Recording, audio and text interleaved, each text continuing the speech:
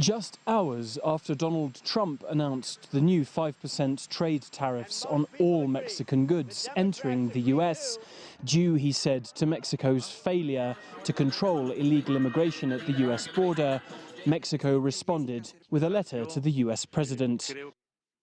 "I'm not a coward," President Andrés Manuel López Obrador wrote to his American counterpart, adding that social issues are not resolved with taxes or coercive measures, and suggesting cooperation instead. Mexico's president had more to say at his daily morning press conference, attempting to encourage dialogue with Washington.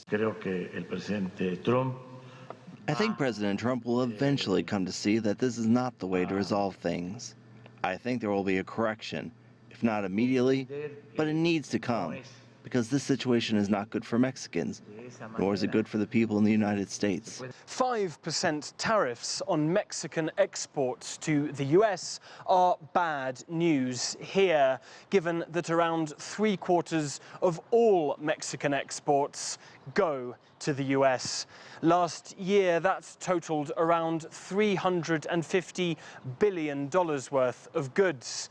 Second place, Canada trails far behind, buying just $14 billion worth of Mexican products.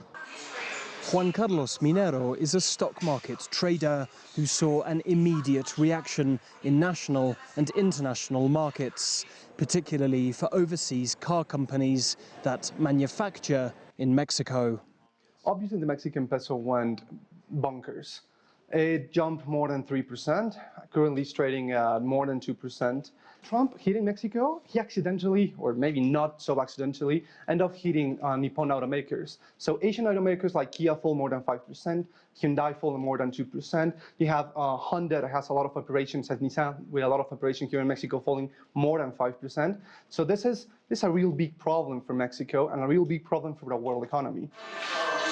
The tariff announcement comes as legislatures in Canada, the US and Mexico debate ratification of the USMCA, the update to the North American Free Trade Agreement. Oscar Leon is the head of postgraduate economic studies at Mexico's National Autonomous University and says, in retrospect, the trade pact should have been expanded to include immigration issues. Mexico's bilateral relations with the U.S. are about more than just commerce.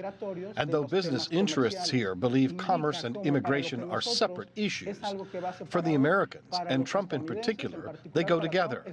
So now we are paying the consequences of not having negotiated a broader deal, and Trump can pressure Mexico commercially, where it hurts us more than them. With Trump's further threat to increase the tariffs every month, Mexico's problems will only grow, along with the pressure on the government to meet US demands to halt the flow of migrants. Alistair Baverstock, CGTN, Mexico City.